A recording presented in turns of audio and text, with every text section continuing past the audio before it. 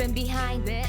Don't wanna be a mama 25. I stand behind it. Don't wanna watch you to survive and hide behind it. My music keeping me alive. Yeah, I work there hard for it.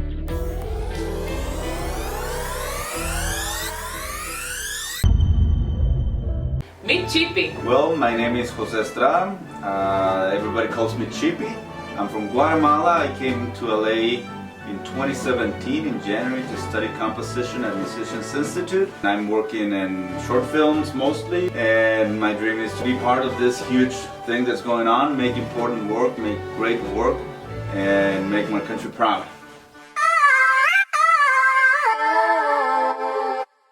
Why Chipi? Oh, that's a complicated one. It started when I was like, let's see, 10, 12, something like that, since I was kind of a kid. I used to play soccer with some guys, and in Guatemala, to the Joses, they call them Chepe. So somewhere in between Chepe, they started calling me Chipi because they were older than me. And it just stuck. Like, I just kept it, and I started introducing myself as Chipi. Because I see it here, like, oh yeah, I show wear it them in like my that, hat. yeah. It's a brand actually, like That's cool. the whole thing, the production hat. This That's awesome. This has a whole different history as well, but. Yeah, so Chipi, what is the job of a composer? Well, in TV and film, as well as in video games, I guess, and other media, the job of a composer is basically and usually writing the music that will be behind dialogue, that will be in transition of the scenes, that will create emotion. It's basically the music that will support the story, not the songs. The songs are written usually by songwriters or artists, or they just already made and they just put them in, license them. But we're in charge of creating music from scratch that will not always be noticeable, and it's not made to be noticeable. It's just supporting the rest But of the it's like story. creating the environment for the movie. Yeah, the drama, if it's the scary emotion. moment, you know, like. Exactly, like imagine watching a film without, like a scary film without music. Like what would the scene of Vertigo with the wing wing Like, right, just like played nothing. without music is nothing, yeah. When I was a kid, that's how I watched scary movies, because I was so afraid. I'm like, I don't want to hear it, I don't want to hear it. It becomes funny. Do you watch the whole movie before you start? Yes. Like they send you the movie? Yeah. Sometimes even the script. Like it's very common now that some composers are getting scripts again. Just to Because get the idea of yeah. what the movie... It came to a place when they were like, here's the film, score it, and they have to do it in 2 months, write the whole film. But it's getting a lot more common that the collaboration between director and composer is already established. They work in a couple of films. So they're like, hey man, I got this idea, I'm writing this film, let's see what you think about it, because they're already friends. Is it hard to hear a no from a director? It is. Yeah? I mean, at some point you start getting used to it, but at first, it hurts. It's like, She's like, why you mean it doesn't work? Like, spend 7 hours on this until it worked, and you're telling me that, but it doesn't. I recently heard Craig Ritchie, and he said, you eventually start appreciating it, like, instead of criticizing your music, he's making it better. And another thing, it's not about your music, it's about the film. So if it doesn't work, it doesn't work. I think if you separate like the personal, you know, when you just understand okay, it's about the business. You have to detach a lot. At one point when you start working on a film, you stop being a musician. That comes second. You have to become a filmmaker. Because you have to understand the story, you have to understand the whole emotional environment of the film. You have to sometimes even say like, you don't need music there. And tell the director like, I think I would suggest not to put music here because the story speaks for itself. And then the director will be like, you know what, you're right. Let's just lose it. And sometimes not even that, like sometimes you get to watch the film and the music that you wrote for here is here and the music that you wrote for here is gone. Because at the end of the day, when they're doing the final mix of the film, the director has one last time, like, you know what, lose it. You know what, this sounds better here. And they move it around and they do whatever they want. Is it usually one composer for a movie? Yeah. Is it one? Well, It depends. When you're starting, most likely yes. Some composers like to do it like that. John Williams is still gonna be the only writer of each film. There is composers that specialize in TV shows. They have 5 shows at the same time. It's not humanly possible to write music for that much amount. So they need to recruit teams. Sometimes they're credited as additional writers. Sometimes they're credited as additional programming, and what they're doing is ghost writing. They actually write music, but they're not recognized for that music. They just got a flat fee, and you give away your music. Yeah, like just working for them. You kind of like, yeah, you kind of like start like that.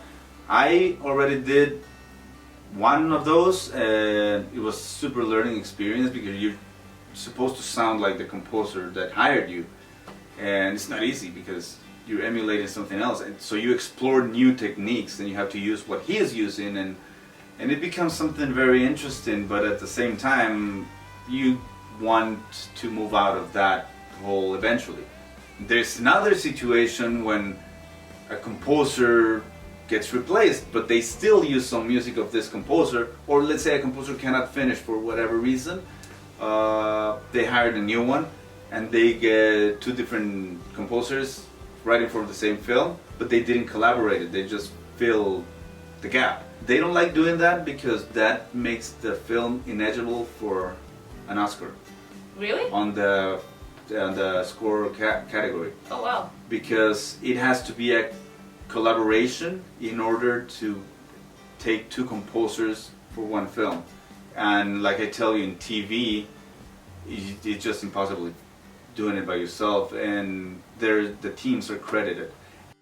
Have you submitted your music to any show? It's a big topic itself, but I do want to try it because... yeah, submitting. That's one of the biggest ways, I would say, for artists, musicians to... get exposure and... not only to be profit, but money. like to have profit, like make money, because that's... let's say streaming's not giving much. You have to live out of something, so I think getting your music in films, it's a big and a it's big good hit. money. It's good money. It's and, good money. Yeah, and I have an episode about that, about additional income for musicians, so you can click below and go there. So let's go a bit personal. What made you want to be a composer? Ah, God, I love film. I think that's where it comes from. Like, I really like film, and I always loved emotional music, like music that would make you feel. It was probably when I got to college that I started making videos. So I was always the one putting the music in. Because I was already a musician by then, and I knew about music, so I had a wide variety of songs to pick and put in my videos.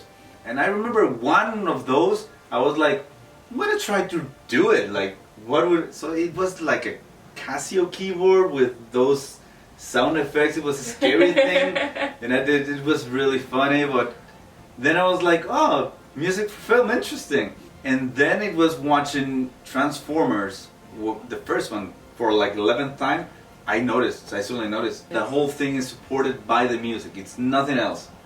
Do you take inspirations from watching movies? Like if you need to write something for a movie and you like feel that you're not quite there, it helps. Do you go to like movies and try to? Usually the director will give you references as well. So you modified it and you put your spark on it. But yeah, it definitely helps. How do you approach the director? Like, because for musicians, the thing is pretty clear. You have a song, you upload it to Spotify, all these platforms, you have Facebook, Instagram, and you kind of like going from there. But when you're a composer, it's not that you like performing something. You don't go to live shows and like create followers, you know? So what's the path? That's tough. I'm still figuring it out. Well, there's a lot of events that help out. You have to go to film festivals, meet somebody, have a friend. Some people like maybe take an acting class. Meet actors. For networking. And that actor will invite you to a party, and the party is the director that worked with that actor. You meet the director, and the director is like, hey, what do you do? I'm a musician. I want music. Like, great, man, I'm just doing something very similar to Narcos Mexico, and And that's the exactly same kind of music that I run right now. Like, give me your card, and that's it. That's your first director. And then you send them to your EPK, right? The electronic press kit. Depends. Or how do you, like, if he wants to listen to your music and check your He may find like the he may go to your website, he may send you an email and ask you to send you something. It depends on the approach. I try to keep, and teachers have recommended me, and all professionals have recommended to keep like your SoundCloud updated, to have your several different playlists. Let's say if this director tells you, like, I'm doing a horror short film, and you're like, you go and you have your horror set list in SoundCloud. You already have it, you just forward it. But just that one, you don't want to send him the comedy bits. Yeah, no, he's not interested in that. So you have them organized and ready to go, because that moves then goes away in a minute. If that was a Friday and he goes to another party on Saturday and he meets another composer and that composer sent it before you. Yeah, you need to be on top of your music things. needs to be way better than the other one to get it, you know? Yeah. And there's a lot of talent, so you have a lot of competition. And I mean, he is equally as good as you. He got it first. Yeah, I think it's a combination of having a good music, being very productive and be like there and not answer him after a week, and be a good person, you know, communicate with make him personally remember who you are. There is a relationship, there is a people part to it, because musicians are amazing all over the world, and somebody's gonna make an amazing cue better than you, probably somewhere in LA, but you know the director likes you, you got it. What about your social media? How that looks like? Kind of lazy about it. I've never been super good at it, so I was never used to posting constantly. So it's something like, I don't know, maybe I don't feel comfortable, but it's not like natural to me. I understand you. Sometimes when it's really exciting, I kind of like do, okay, let's share this. I understand you so much. Sometimes I need to force myself to be like, okay, I have to post something because I can't just disappear because I don't feel like it. You're totally right, because you have to see it as a job, but at the same time, it's part of your job getting yourself out there. And I actually heard in a Q&A an agent saying, I booked somebody because of his media presence more than his music. His music was good, but his media presence was amazing. So he just needs to work a little bit on his music, and I know I have a great composer that's gonna make money because he knows his social skill here.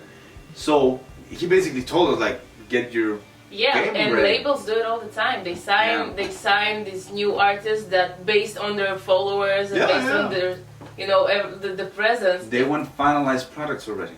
Yeah. That time when they used to build an artist, it's gone. No, you need to be ready already. It's like, prepare yourself, and when you're good enough, we're gonna take you. But then when you're good enough, you don't necessarily need them anymore. Look at Chance the Rapper, look at, like, you know, successful people that just don't need a label anymore. Exactly. Like, I never thought about that actually, but yeah. But yeah, so I need to work on that. I need to prepare a little more stuff. I recently just because I've been doing a lot of music for podcasts in Guatemala. I've been sending them, like, you know, they need an original intro, and I write it.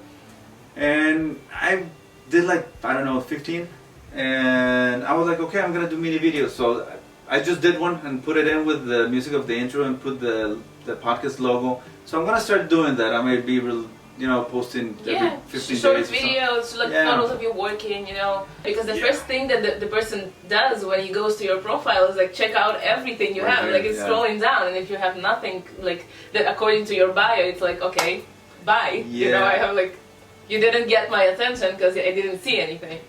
Okay, so before we wrap it up, do you have some advice or a tip to a beginning composer?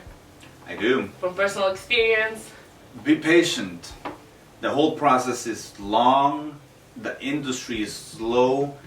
You will get frustrated, but if you keep going at it, things will come back. It takes a long time. Not only for getting jobs, for doing your jobs, for building your craft. Getting better as a musician is not gonna be from one day to another. Getting better as a composer will take time. Feeling confident that you will be able to make that project will never come. You just have to play it and make it work. Like, yeah, you know, you're always thinking like, how am I gonna do this? Like, it will never get better. And you can hear amazing composers telling you like, I freak out every time I start a movie and I don't know what I'm gonna do. I know that I will finish it and it's gonna be good, but I'm freaking out like at first. I don't know, like I have a complete blank mind.